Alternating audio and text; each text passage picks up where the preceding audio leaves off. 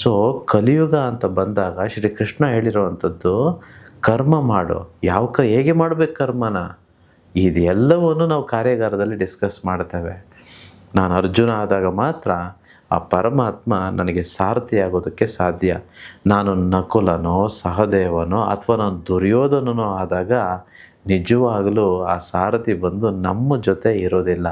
So ನಮ್ಮ ಜೊತೆ universe ಇರಬೇಕು, ನಮ್ಮ ಜೊತೆ ದೇವ್ರು ಇರಬೇಕು.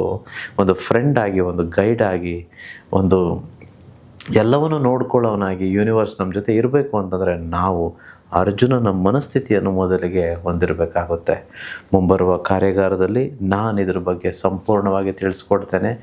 ಹೇಗೆ ನಮ್ಮ ಹಣೆಯ ಬರಹಗಳನ್ನು ನಾವು ಬದಲಿಸ್ಕೊಳ್ಬೋದು ಅನ್ನೋದನ್ನು ನಾನು ನಿಮಗೆ ನೇರವಾಗಿ ನವಂಬರ್ 30ನೇ ತಾರೀಕು ಹಾಗೂ ವಿಶೇಷವಾಗಿ ಸ್ಪೆಷಲ್ ವರ್ಕ್ಶಾಪ್ ಬರ್ತಿದೆ ಜನವರಿ 9, 10, 11 ನೇರವಾಗಿ ನಿಮಗೆ ಆನ್ಲೈನಲ್ಲಿ ಸಿಗ್ತಿದ್ದೇನೆ. ಪ್ರಪಂಚದ ಯಾವ ಮೂಲೆಯಲ್ಲಿದ್ದರೂ ಈ ಕಾರ್ಯಾಗಾರವನ್ನು ಅಟೆಂಡ್ ಮಾಡ್ಬೋದು. ಯಾರೆಲ್ಲ ಹೊಸ ವರ್ಷಕ್ಕೆ ನಿಮಗೆ ನೀವು ಗಿಫ್ಟ್ ಕೊಟ್ಕೋಬೇಕು ಅಂತಿರೋರಿಗೆ ಈ ಕಾರ್ಯಾಗಾರ ಆಗಿರುತ್ತೆ.